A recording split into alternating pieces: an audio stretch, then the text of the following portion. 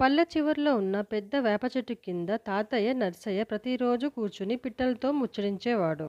ఆ పిట్టల్లో ఒక చిన్న పిట్ట మినుగూరి చాలా చురుకుగా తాతయ్య మాటలకు ఆనందంగా స్పందించేది. తాతయ్య చూపిస్తేనే పిట్టలు కొత్త కొత్తగా గూళ్ళు కట్టడం మొదలుపెట్టాయి. వేప చెట్టు గుబురుగా మారింది.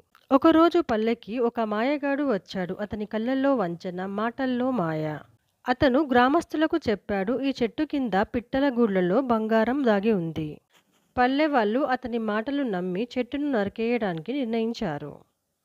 చిన్న మినుగూరి భయంతో గూడులో నుంచి బయటకు తొంగి చూసింది. ఆమె నేరుగా తాతయ్య దగ్గరకు వచ్చి, మా గూడు కాపాడండి అని వేడుకుంది.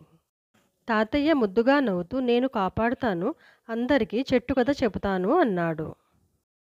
రాత్రి గ్రామ సభలో అందరూ చేరారు. చుట్టూ మంటల వెలుగు. నర్సయ్య ముందుకు వచ్చాడు. ఈ చెట్టు వందల పిట్టలకు ఆశ్రయం ఇచ్చింది. వర్షంలో నీడ, ఎండలో చల్లదనం ఇచ్చింది అని తాతయ్య అన్నాడు.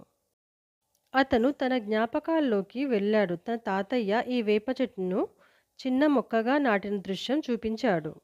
ఆ మాటలు విన్న గ్రామస్తులు మనసు మారింది. మాయగాడిని వెళ్ళగొట్టి చెట్టును కాపాడాలని నిర్ణయించుకున్నారు. ఉదయాన్నే చెట్టు కింద తాతయ్య కూర్చొని ఉండగా మినుగూరి సంతోషంగా గూడు దగ్గర పాడింది.